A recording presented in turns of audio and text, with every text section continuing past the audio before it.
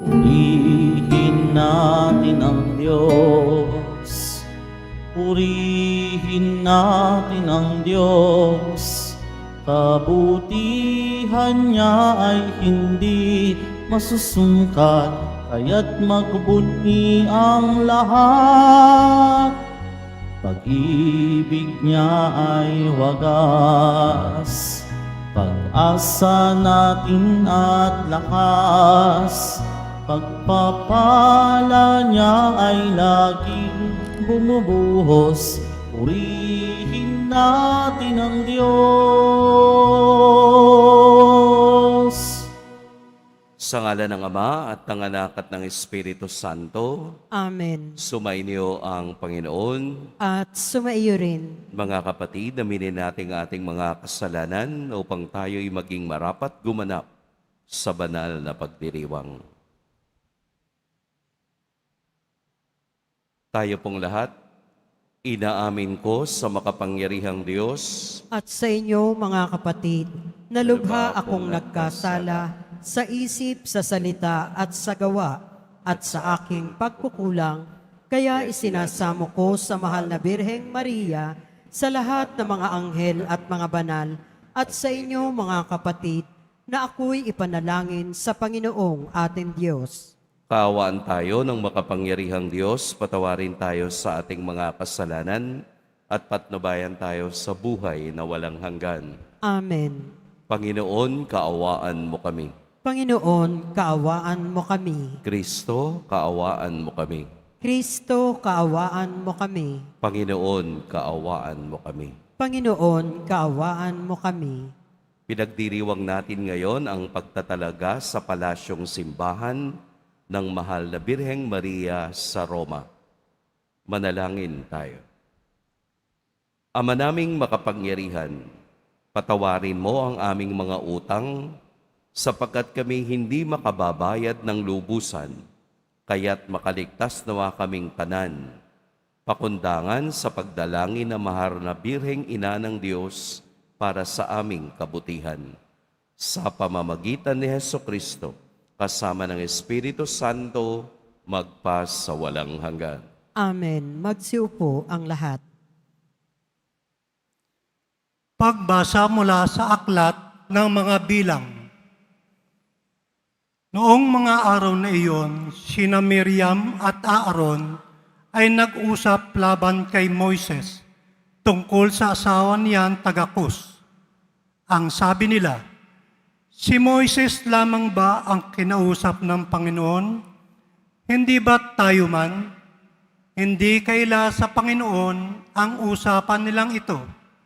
Si Moises naman ay mapagpakumbaba, higit kanino mang nabuhay sa ibabaw ng lupa. Walang ano-ano sina Moises, Aaron at Miriam ay tinawag ng Panginoon. Sinabi niya, magpunta kayong tatlo sa toldang tipanan. At nagpunta nga sila.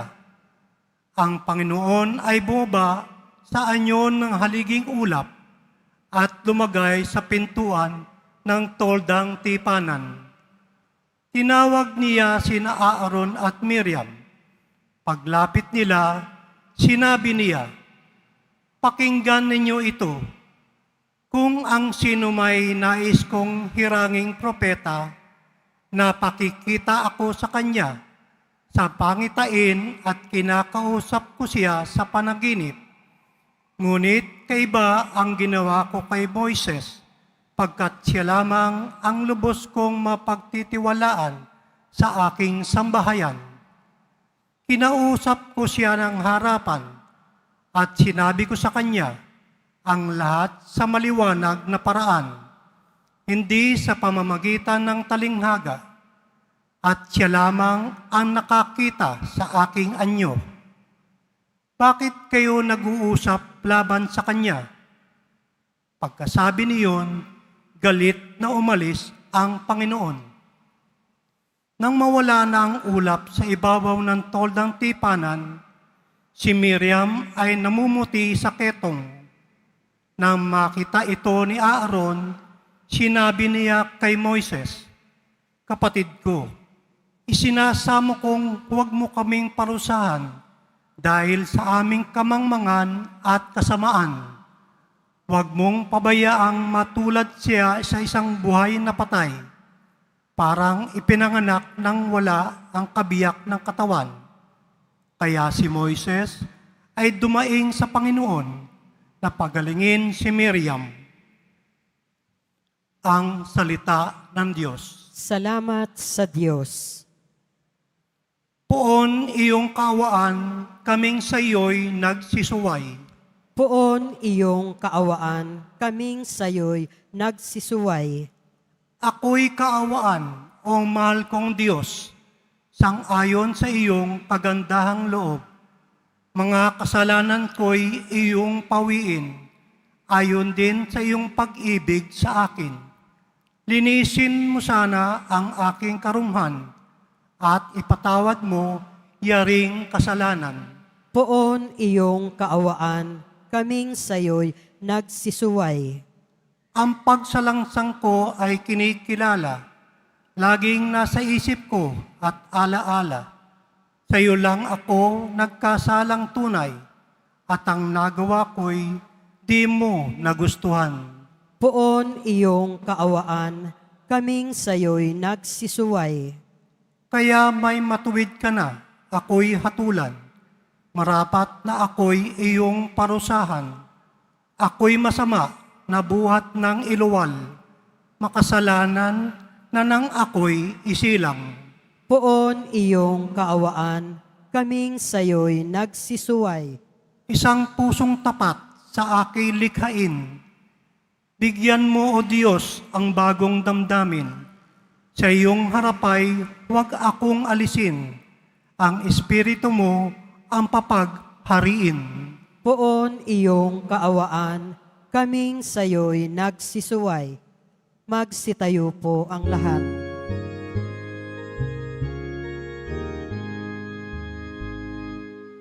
Hallelujah,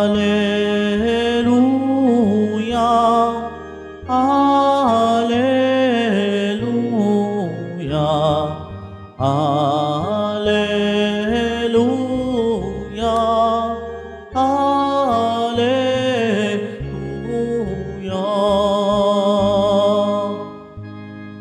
Guro anak na butihin ng Diyos amang masintahin, ika'y hari ng Israel.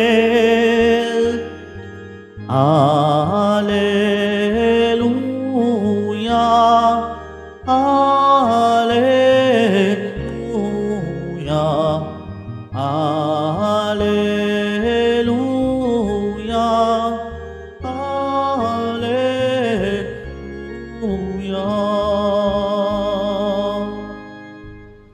Sumainyo ang Panginoon. At sumaiyo rin. Ang mabuting balita ng Panginoon ayon kay San Mateo. Papuri sa iyo, Panginoon. Matapos mabusog ang mga tao, agad pinasakay ni Jesus sa bangka ang kaniyang mga alagad at pinauna sa kabilang ibayo, samantalang pinauuwi niya ang mga tao.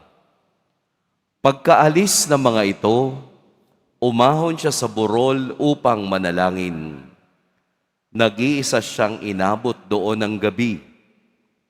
Samantala, nasa laot na noon ang bangka at sinasalpok ng mga alon sapagkat pasalungat sa hangin.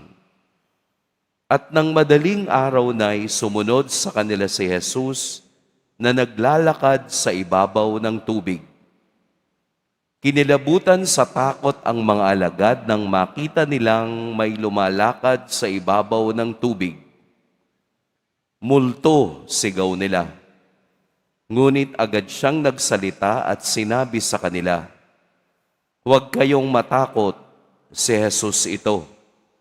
At nagsalita si Pedro, "Panginoon, kung talagang kayo iyan, paparianin ninyo ako sa ibabaw ng tubig." Sumagot siya, "Halika." Kaya't lumusad si Pedro sa bangka at lumakad sa ibabaw ng tubig, palapit kay Jesus. Ngunit nang mapansin niya ang hangin, siya'y natakot at nagsimulang lumubog. "Sagipin ninyo ako, Panginoon," sigaw niya. Agad siyang inabot ni Jesus.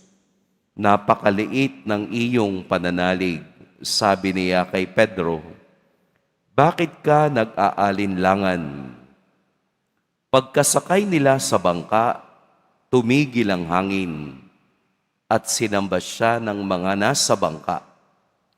"Tunay na kayo ang anak ng Diyos," sabi nila. Tumawid sila ng lawa at dumaong sa Genesaret. Nakilala si Jesus ng mga taga roon. Agad nilang ipinamalita sa buong palibot ng lupaing iyon ang pagdating ni Jesus, kaya't dinala nila sa kanya ang lahat ng may sakit. Hiniling nila sa kanya na ipahipo man lamang sa mga may sakit kahit ang laylayan ng kaniyang kasuotan, at ang lahat ng makahipo nito ay gumagaling. Mga kapatid, ang mabuting balita ng Panginoon. Pinupuri ka namin, Panginoong Heso Kristo. Magsiupo ang lahat. Sa unang pagkarinig natin ng Ebanghelyo sa araw na ito, para pong napaka-dramatic. Yung bang drama na ginawa ni Pedro at yung paglalakad sa tubig, sa ibabaw ng tubig ni Jesus. Pero may isang bagay na sinasagot ang katanungang, "Tunay na kayo ang anak ng Diyos," sabi nila. Ito ang kasagutan doon sa unang pangyayaring si Jesus ay nagpatigil din ng unos sa gitna ng kaniyang pagkakahimbing. Ang mga alagad ay nagtanong pa noon, "Sino ba ang taong ito? Bakit pati ang hangin ay kaniyang napatitigil?"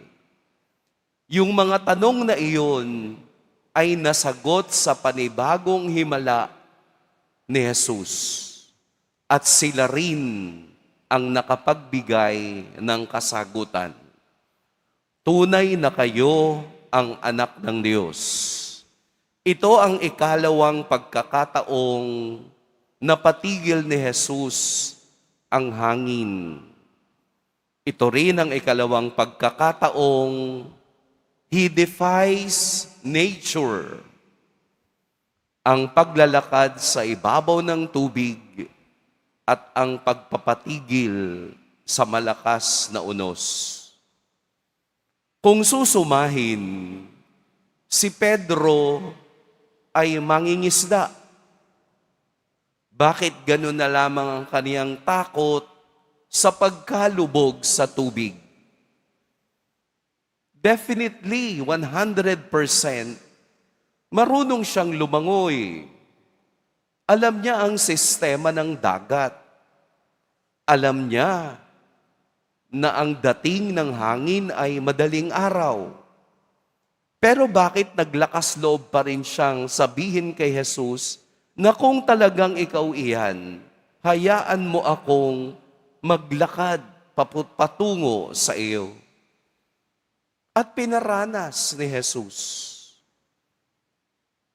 Pero nang dahil sa hangin, siya ay unti-unting lumubog. Kaya sinabi ni Jesus, "Huwag kang matakot. Napakaliit ng iyong pananalig." Sa literatura po ng mga Hudyo, ang ilalim ng dagat ay pinaninirahan ng masasamang espiritu. Kaya ipinakikita lamang sa sitwasyon sa Ebanghelyo na ang lahat ng bagay ay nasa ilalim ng kapangyarihan ng anak ng Diyos. Kahit na ang kalikasan, ang hangin, ang unos o ang tubig sa pamamagitan ng kaniyang banal na pangalang Jesus Nazareno, susunod ang mga ito. Ano ang gustong ipakita sa atin ng Ebanghelyo? Nalulunod ka na ba? Pakiramdam mo ba, lunod na lunod ka na sa problema?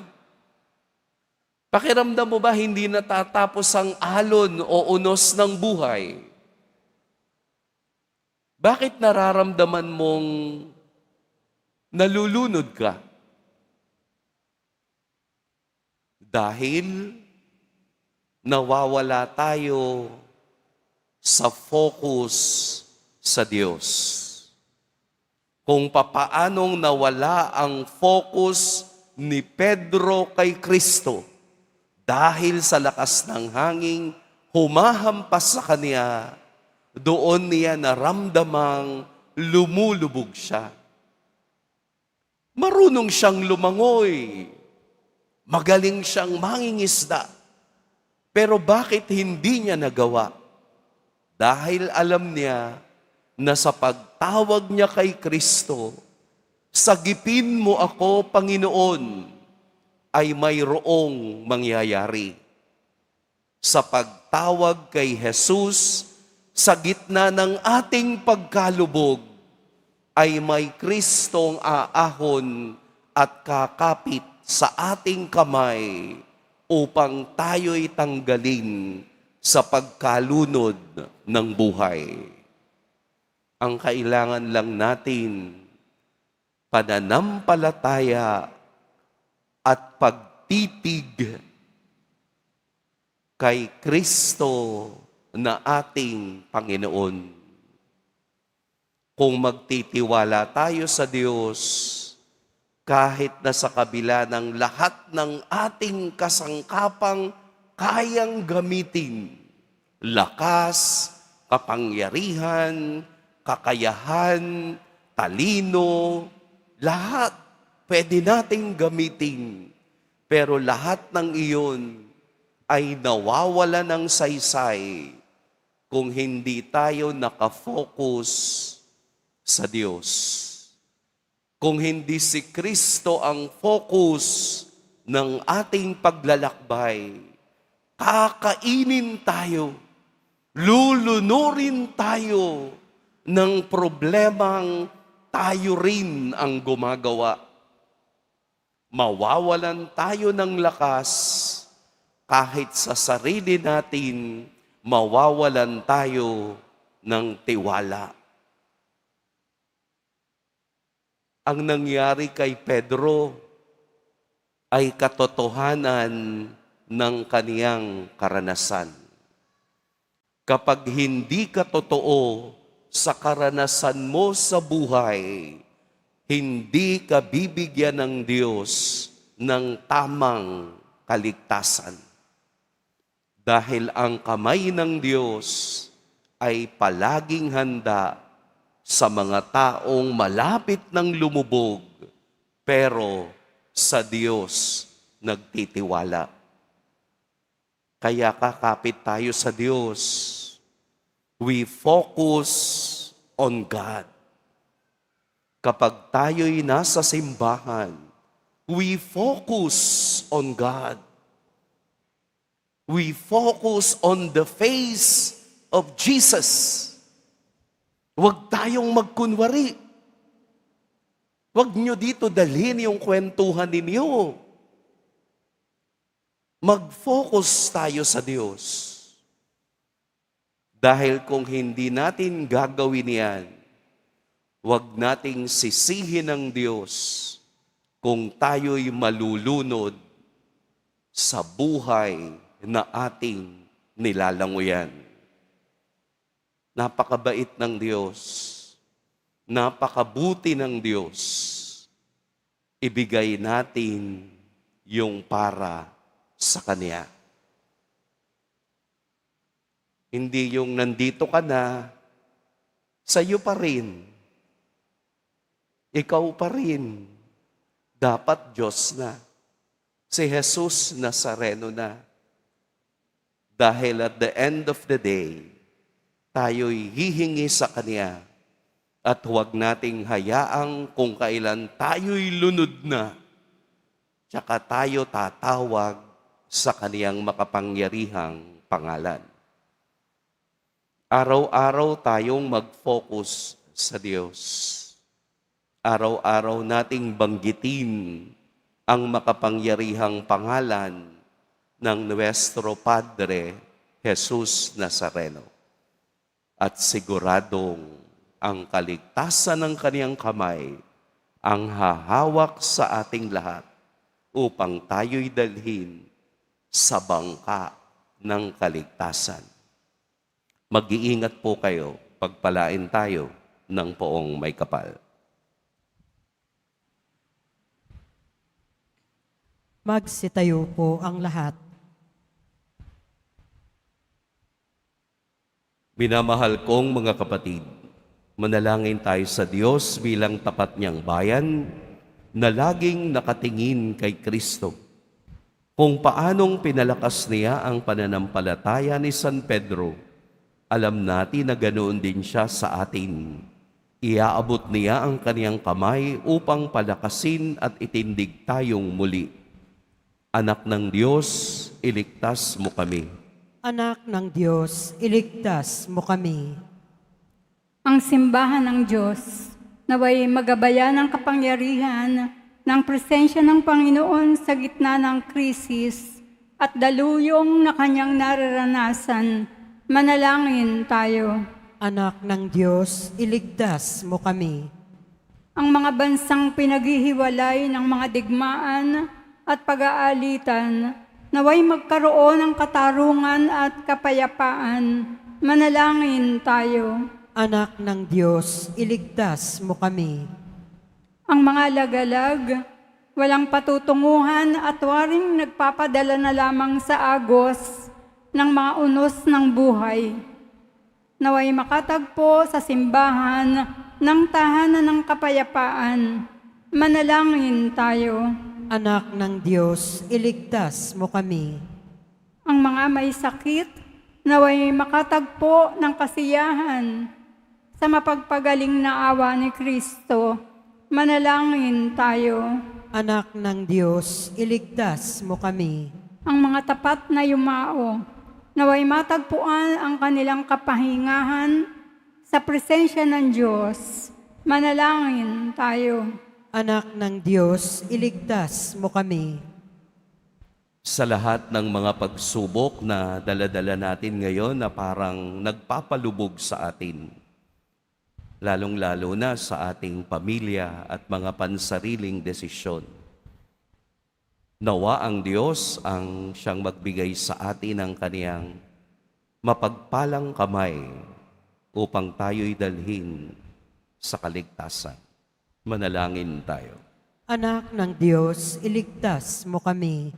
Panginoong Diyos, habang tinatanggap mo ang aming mga panalangin, bigyan mo kami ng matatag na pananampalataya at walang kupas na tiwala sa iyong anak na aming tagapagligtas.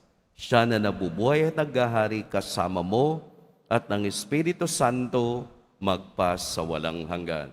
Amen. Magsiupo ang lahat.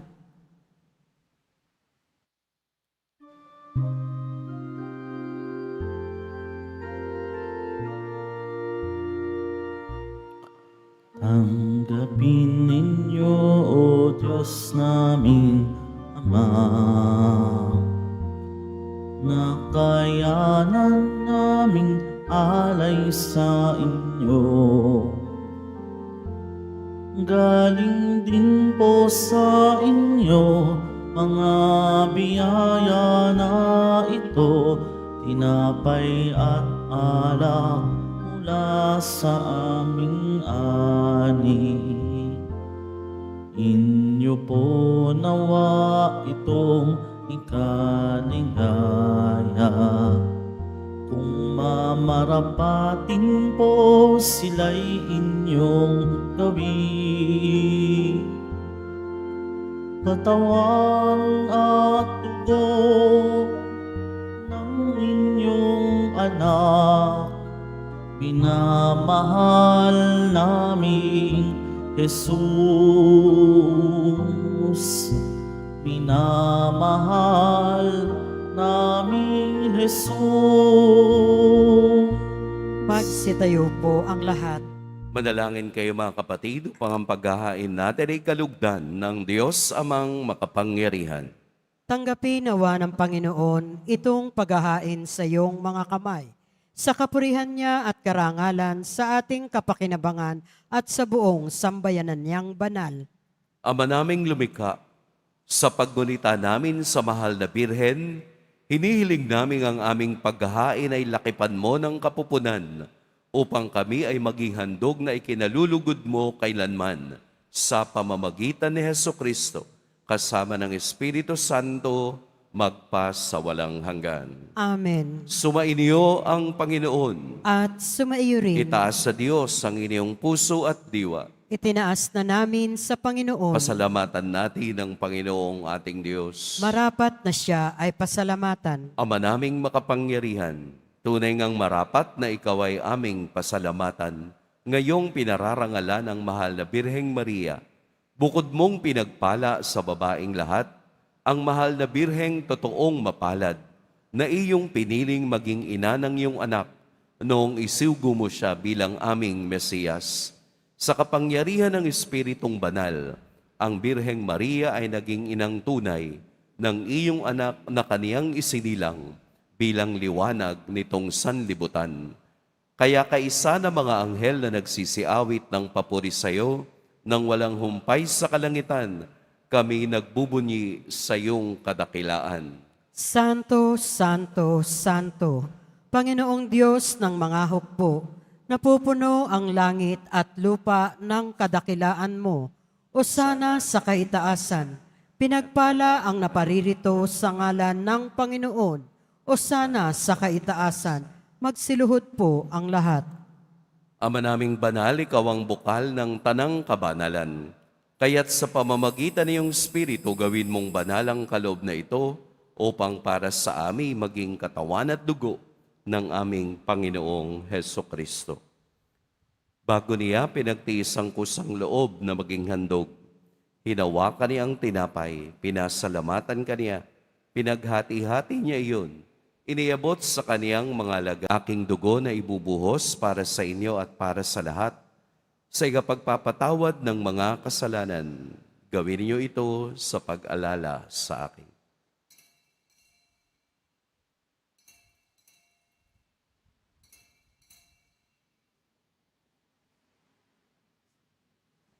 Magsitayo po ang lahat. Ipagbunyi natin ang misteryo ng pananampalataya. Si Kristo'y namatay, si Kristo'y nabuhay, si Kristo'y babalik sa wakas ng panahon. Ama, ginagawa namin ngayon ang pag-alala sa pagkamatay at muling pagkabuhay ng iyong anak. Kaya't iniaalay namin sa iyo ang buhay ng iyong anak. Kaya't iniaalay namin sa iyo ang tinapay na nagbibigay buhay at ang kalis na nagkakaloob ng kaligtasan.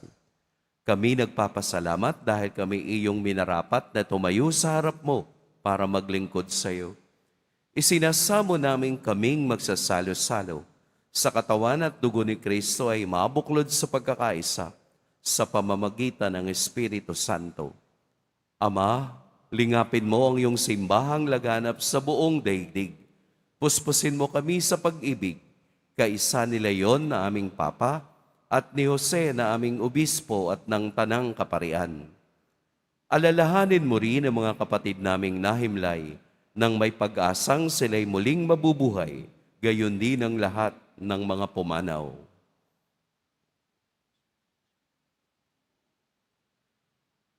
Kaawaan mo sila at patuloyin sa iyong kaliwanagan.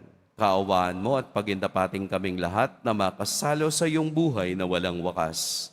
Kaisa ng mahal na Birheng Maria na ina ng Diyos, ng kabiyak ng puso niyang si San Jose, kaisa ng mga apostol ni San Juan Bautista, at ng lahat ng mga banal na namuhay dito sa daigdig ng kalugod-lugod sa iyo, maipagdiwang nawa namin ang pagpupuri sa ikararangal mo sa pamamagitan ng iyong anak na aming Panginoong Heso Kristo.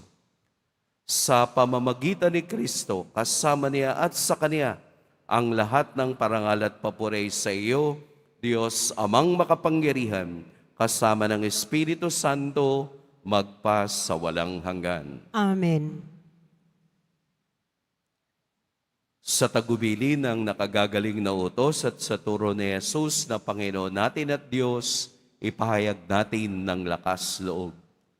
Ama namin, sumasalangit ka. Sambahin ang ngalan mo, mapasa amin ang kaharian mo, sundin ang loob mo dito sa lupa para nang sa langit. Bigyan mo kami ngayon ng aming kakanin sa araw-araw at patawarin mo kami sa aming mga sala para ng pagpapatawad namin sa nagkakasala sa amin. At huwag mo kaming ipahintulot sa tukso at iadya mo kami sa lahat ng masama. Hinihiling namin kami iadya sa lahat ng masama. Pagkalooban ng kapayapaan araw-araw, iligtas sa kasalanan at ilayo sa lahat ng kapahamakan. Samantalang aming pinananabikan ang dakilang araw ng pagpapahayag ng tagapagligtas naming si Heso Kristo. Sapagkat iyo ang kaharian at ang kapangyarihan at ang kapurihan magpakailanman. Amen.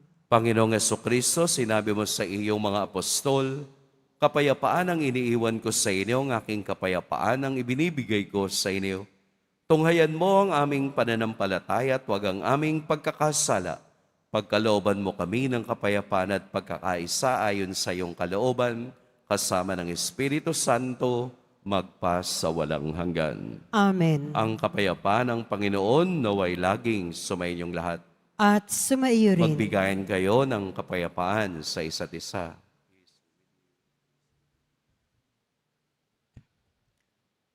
Kordero ng Diyos na nag-aalis ng mga kasalanan ng sanlibutan, maawa ka sa amin.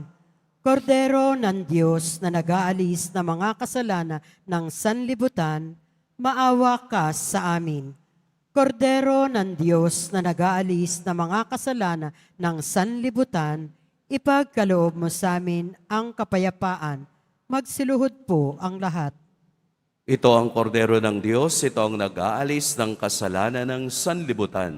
Mapalad ang inaanyayahan sa kaniyang piging. Panginoon, hindi ako karapat-dapat na magpatuloy sa iyo, ngunit sa isang salita mo lamang ay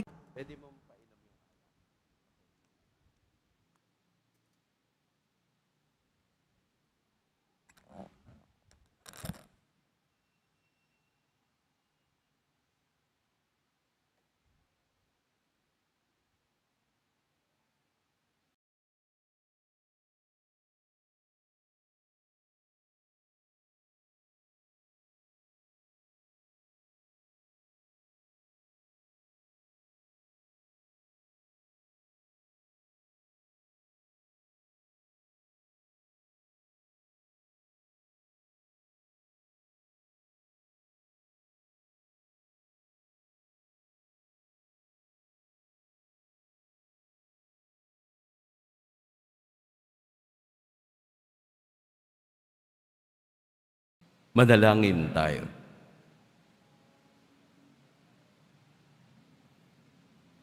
Ama naming mapagmahal, ang aming pagsasalo sa haing nagbibigay buhay, sa paggunita namin sa mahal na ina ng iyong anak, ay magdulot nawa sa amin ang iyong kagandahang loob upang lagi naming madama ang iyong paglingap sa pamamagitan ni Heso Kristo, kasama ng Espiritu Santo, magpa sa walang hanggan. Amen. Sumainyo ang Panginoon. At sumaiyo rin. Yumuko kayo para sa pagbabasbas. Mahal na poong Jesus Nazareno, inihayag mo sa pamamagitan ng krus ang walang maliw na pag-ibig ng Diyos sa sangkatauhan. Pakinggan mo po ang kahilingan, lalo na para sa mga nangangailangan ng iyong tulong at awa. Makamtan nawa namin ang iyong kasagutan na may utang na loob na tinatanaw. Basbasan din po ninyo itong mga imahen at dasalan upang lalo kaming manalangin at magtiwala. Sa pamamagitan ng bendisyon na ito, naway lalo kaming maging mapaglingkod, masunurin at tapat sa iyo, na aming maluwalhating Panginoon, magpas sa walang hanggan. Amen. At pagpalain kayo ng makapangyarihan at mapagmahal na Diyos, ang Ama at Anak at Espiritu Santo.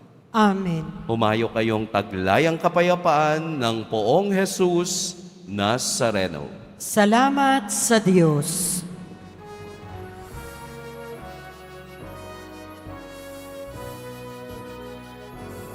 Nuestro Padre Jesus Nazareno, sinasamba ka namin. Pinipintuho ka namin. Aral mo ang aming buhay at kaligtasan. Nuestro Padre Jesus Nazareno, iligtas mo kami sa kasalanan. Ang krus mong kinamatayan ay sagisag ng aming kaligtasan. Nuestro Padre Jesus Nazareno, dinarangal ka namin. Nuestro Padre Jesus Nazareno, nilulwalhati ka namin. Nuestro Padre Jesus Nazareno, dinarangal ka namin. Nuestro Padre Jesus Nazareno, nilulwalhati ka namin.